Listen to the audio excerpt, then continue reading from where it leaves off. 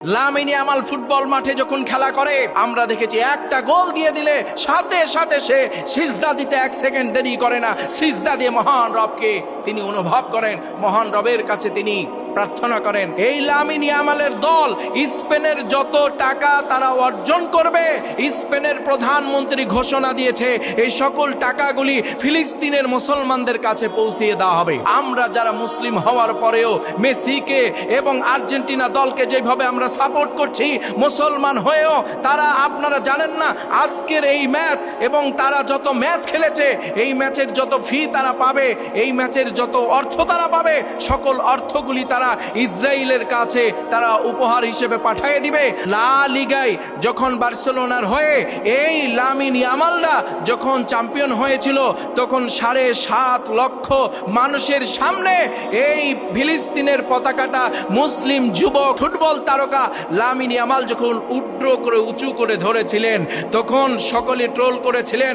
অনেক ইসরায়েল থেকে শুরু করে আমেরিকা, সব থেকে বড় বড় দেশগুলি, জার্মান, ফ্রান্স, বড় বড় দেশগুলি অর্থাৎ মুসলিম বিদ্বেষী দেশগুলি তার বিরুদ্ধে সোচ্চার হয়েছিল, তার বিরুদ্ধে অ্যাকশন নেওয়ার চেষ্টা করেছিল। কিন্তু স্পেনের প্রধানমন্ত্রী পেদ্রো সানচেজ তার পক্ষে দাঁড়িয়েছিলেন এবং তিনি বলেছিলেন যে একটা স্বাধীন দেশের পতাকা হাতে নিয়ে তিনি আনন্দ করেছেন, তার পক্ষ নিয়েছেন। এটা সাধারণ একটা বিষয়, এটা তেমন কোনো বিষয় নয়, বরং ফিলিস্তিনি একটা মজলুম দেশ তার পতাকা হাতে তুলেছে, সে ভালো কাজ করেছে। দেশের প্রধানমন্ত্রী তার পক্ষে যখন সাফাই গিয়েছে, পাশাপাশি তার পাশে বড় হাত নিয়ে মমতা নিয়ে তার পাশে দাঁড়িয়েছিলেন বার্সেলোনার সাবেক কোচ পেপ গার্দিওয়ালা, তিনিও তার পাশে দাঁড়ায় তাকে সাপোর্ট করেছেন। এইভাবে মহাতারকাকে, মুসলিম মহাতারকাকে সবাই সাপোর্ট করেছিলেন।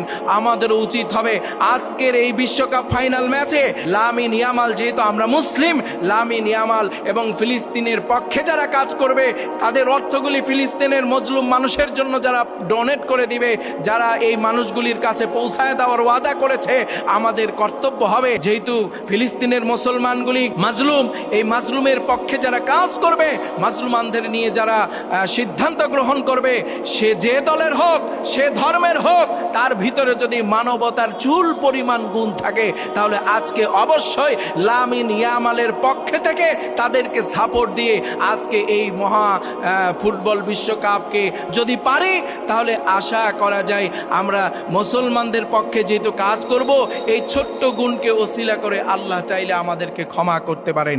সব থেকে বড় বিষয়, আশ্চর্যের বিষয় হলো সেইটা হলো যে আজকে ইরানের সাথে ইহুদিদের যুদ্ধ চলছে, মুসলমানদের সাথে ইহুদি কাফেরদের যুদ্ধ চলছে। আজকের এই ফুটবল ম্যাচটাও আমি মনে করি যে এইটা শুধু ফুটবল যুদ্ধ নয়, এইটা মুসলিম এবং কাফেরদের মধ্যে যুদ্ধ। এই যুদ্ধই মানবতার পক্ষে কাজ করবে এবং এই যুদ্ধের মধ্য দিয়েই মুসলমানরা বিজয় অর্জন করবে, সেই আশাবাদ ব্যক্ত করছি এবং মুসলমানদের জন্য আমি দোয়া করছি। এবং সব থেকে বড় মহাতারকা, মুসলমানদের মহাতারকা, স্পেনের মহাতারকা, বার্সেলোনার সব থেকে মহাতারকা লামিন ইয়ামালের জন্য দোয়া করছি।